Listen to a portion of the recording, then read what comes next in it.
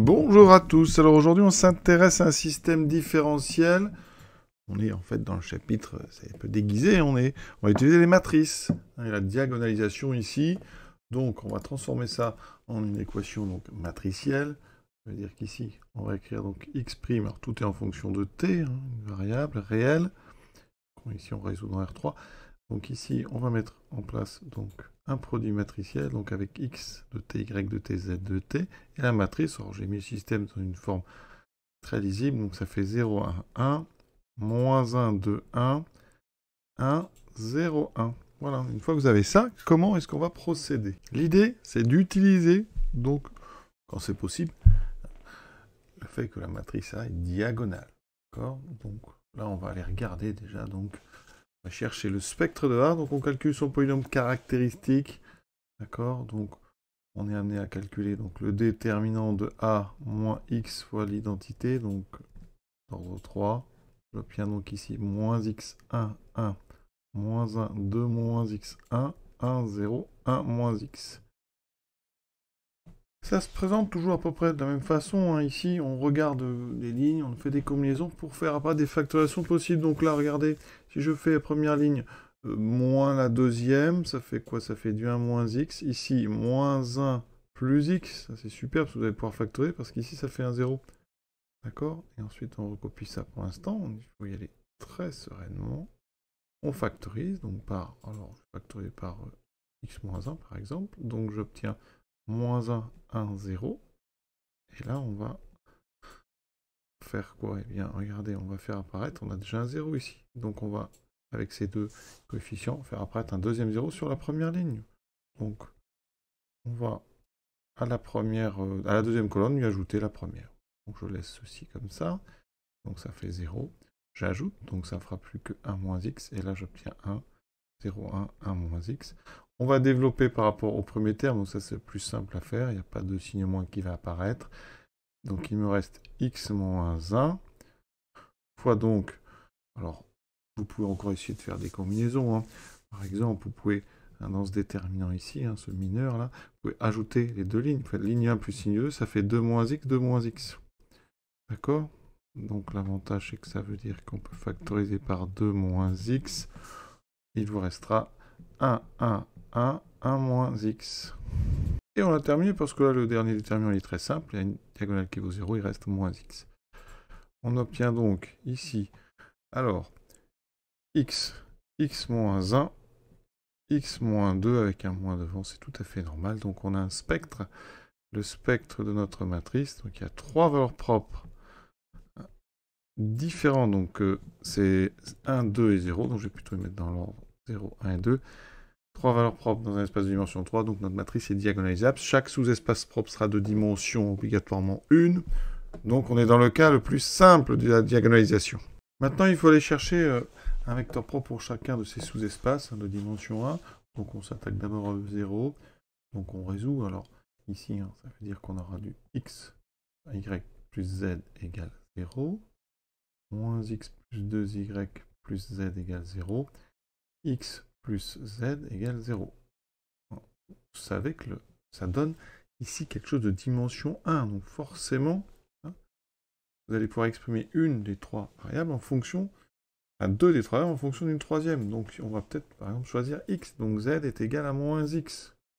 Donc après, dans la deuxième ligne, on remplace z par moins x. Alors il y a peut-être plus simple parce qu'on a du z partout. Alors, si on regarde première ligne et troisième ligne, il y a plus simple, je pense, effectivement. Il vaut mieux choisir z, comme une sorte de paramètre. En fait, y vaut moins z, et x vaut moins z. Normalement, si vous mettez ça dans la deuxième équation, vous tomberez sur 0 égale 0. On vérifie. Ça fait z, moins 2z, plus z. Effectivement, ça fait 0 égale 0. Donc, vous avez x qui vaut moins z, y qui vaut moins z. Ça veut dire que les éléments de votre espace ce sont des x, y, z, avec ici x qui vaut moins z et z. Donc en factorisant par z, vous obtenez moins 1, moins 1, 1. Ça veut dire que le caire de A, c'est donc le vectoriel sur R, hein, d'accord, de la famille uniquement, donc vecteur moins 1, 1. Voilà. Si vous préférez qu'il n'y ait qu'un seul moins, vous prenez 1, 1, moins 1. D'accord? Ça peut être intéressant. Je vais le faire. Hein. Voilà, donc je vais faire 1, 1, moins 1. On vient donc de trouver notre caire avec un vecteur que je vais appeler alors E1. Si ce n'est pas déjà pris par la base canonique, hein, si vous avez E1 qui est déjà pris, on va l'appeler F1 par exemple. Donc c'est vecteur 1, 1, moins 1. Maintenant on s'attaque au sous-espace propre associé à 1. Donc, ici on a un système. Alors ça veut dire que sur la diagonale, vous allez enlever... Donc on va enlever moins 1. Enfin, on va enlever 1, ça fera moins 1. Donc j'ai moins x ici. Après le y plus z égale 0. Moins 1, donc moins x, il y a un 2. Donc maintenant, ça fait juste, on enlève 1. Plus z égale 0. X, il n'y a pas de y. Et il y avait 1 z, donc ici il n'y a plus z. Donc ici, vous voyez, c'est très particulier. On trouve x égale 0. Donc ça veut dire que les deux autres lignes sont réduites à y égale moins z.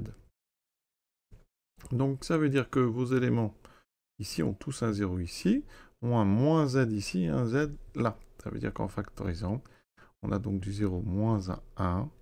On a bien un espace de dimension 1. Ça veut dire que E1, c'est donc le vectoriel ici de l'élément 0 moins 1. Voilà, que je vais appeler F2. C'est mon vecteur propre, donc ici, pour la valeur propre 1. Maintenant, on s'occupe de E2, donc la valeur propre 2. Donc sur la diagonale, on enlève 2, il me restera moins 2x plus y plus z égale 0. Alors, ça va très vite, hein, quand on sait que les sous-espaces ont des dimensions 1.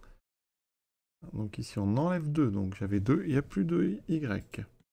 Donc il me reste plus z égale 0. Ensuite, x, j'enlève, donc ça fait moins z égale 0. On voit que les deux dernières lignes sont multiples l'une de l'autre. Il me reste donc z égale x. Comme z égale x ici, ça veut dire que y est égal, donc, alors ça fait donc moins 2z plus z, ça fait moins z, je vais de l'autre côté, ça fait y égale z. Donc si j'avais du x, y, z, donc il me reste ici donc le x vaut z, le y vaut z, donc z, z, z, ça fait z fois 1, 1, 1. D'accord? Ça veut dire que ici mon sous-espace E2, c'est donc le vectoriel dans R, 1, 1, 1. Voilà, et je vais donc appeler F3, le vecteur de coordonnées, donc 1, 1, c'est donc un vecteur propre associé à la valeur propre 2. Alors, ça veut dire que maintenant, on va utiliser cette base F1, F2, F3 pour diagonaliser A.